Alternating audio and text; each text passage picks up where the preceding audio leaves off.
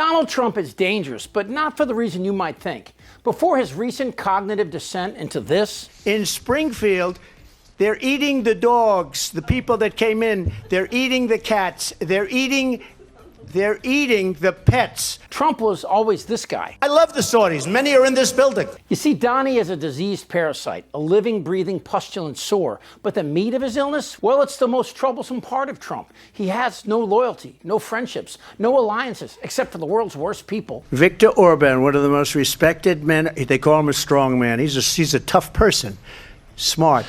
Prime Minister of Hungary. They said, why is the whole world blowing up? 3 years ago it wasn't. Why is it blowing up? He said, because you need Trump back as president. And there's something puzzling about this small Central European country. The leader is this guy, Viktor Orban. Western media describes him as Europe's new dictator, accuses him of racism. Orban is also constantly clashing with other members of the EU over his policies on migrants, LGBT issues, or his support for Putin. I mean, look how the EU Commission president greeted him in 2019. Dictator is coming.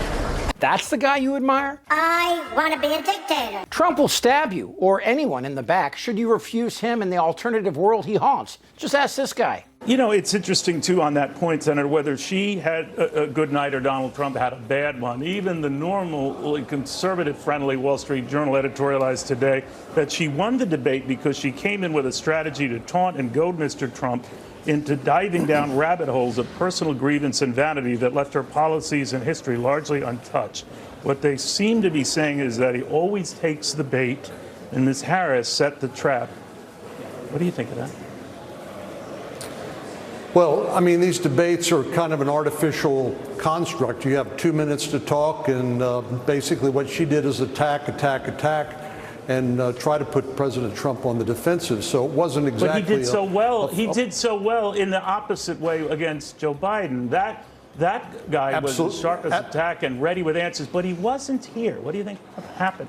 Absolutely. Well, she was loaded for bear. There's no question about it. Fox News is more than Sean Hannity, Laura Ingraham, and this pathetic worm. She's going to get paralyzed in the Situation Room while the generals have their way with her. After Cavuto's take on the debate, which even the Wall Street Journal said was dominated by Kamala Harris, Trump started his thing again, making shit up about polls, cherry-picking polls from organizations with their heads firmly up Tiny Finger Sphincter. Neil Cavuto, Fox's lowest rated anchor. It's one of the worst on television. I actually prefer the losers at CNN and MSDNC. So what did he do? All Cavuto did was state the obvious. Trump was massacred. And after the debate, Geraldo, a former staple on Fox, went after Trump like an ex-girlfriend. But he didn't lie. I thought that you're being much too kind, Bill, as you usually are, to President Trump. He was childish. He was creepy. He was cringy. That thing about eating dogs, they eat dogs, he was obsessed with it. He wouldn't let it go. He put that bone in his mouth and he rattled it. And I thought that she withstood Hurricane Trump. She came across as competent, even confident. The truth is obvious to the world, and yes, even Fox. Trump cannot be president. But why? Because democracy is like paper money. It only works if everyone believes it has value. And Trump's world wants something different. I just wanted to say, look, welcome to the end of democracy. We're here to overthrow it completely. We didn't get all the way there on January 6th, but we will endeavor to get rid of it and replace it with this right here. We'll replace it with this right here. Amen. And despite what he said, Trump has touted Project 2025 many times. And yes, Trump spoke to the Heritage Foundation, which commissioned the project. Heritage does such an incredible job at that. This is a great group, and they're going to lay the groundwork and detail plans for exactly what our movement will do and what your movement will do when the American people give us a colossal mandate to save America. And that's coming. That's coming. Trump knows everything about Project 2025, and he loves it.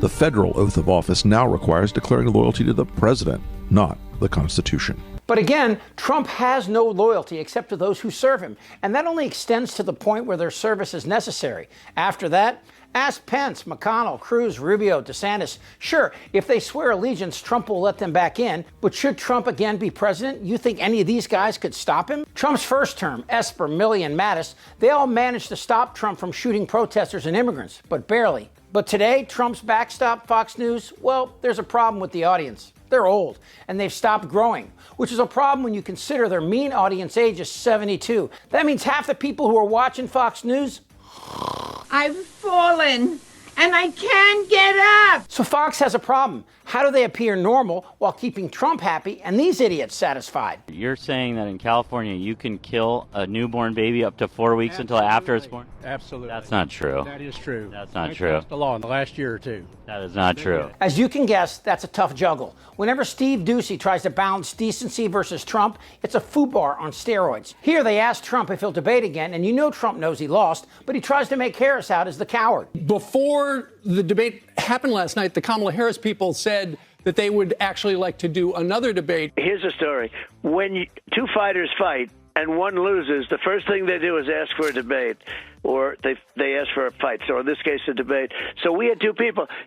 They lost very badly. I was on with my friend Mark Thiessen last night, who's a conservative Republican, and he made these same points about ABC. But then what he said was, if we're complaining about the refs, we're losing. So do Republicans wish there had been more fact checks of Kamala Harris? Sure. I would point out that Donald Trump got more than 10 minutes more than Kamala Harris to speak last night. So he was given a lot more time to speak by the numbers, and he had opportunities to use that time however he wanted. And the challenge was he used that time to take every bait that Kamala Harris put in front of him. He spewed lie after lie after lie after lie. And I'm glad that the moderators did fact check some of them. And I think that the American people last night saw, setting aside what ABC did or didn't do, I think they saw two very different candidates. And a Donald Trump who, when put under pressure from Kamala Harris, not Joe Biden. This isn't June 25th when we were sitting here on this couch the day after talking about that. When he was put on the spot, he lied and lied and lied. You mentioned lie a lot, but was it truthful for her to bring up a Charlottesville hoax, a bloodbath hoax? Was that a lie? I'm going to say, I don't think those are hoaxes. I have lived in Charlottesville. I was not there then. But that is not what he said. I have watched that over and over again. And it's not just that, Kaylee. There are so many times he has winked and nodded to white supremacists throughout his career. It's not in a vacuum here. If Trump wins, and it's insane to even pose that, but possible, what will he do?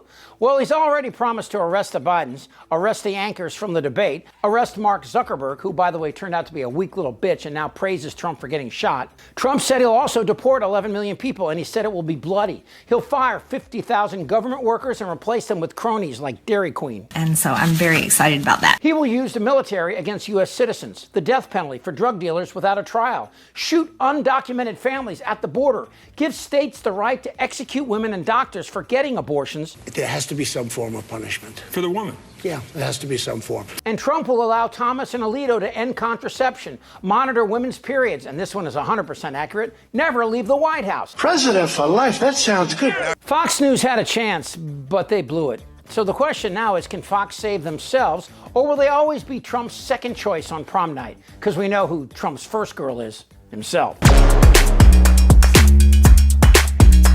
Hi, what's up? Shut the fuck up, Donnie. Damn right. I'm ready. Let's go.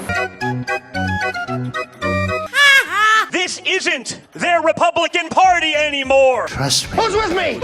Oh, yeah, the lie. Indictable. Out of sheer morbid curiosity, I'm allowing this freak show to continue. I don't want to talk about this stuff. Am I wrong? Yes. Tick-tock. You're in a lot of trouble, Donnie. I think he's crazy. I'm Chip Franklin.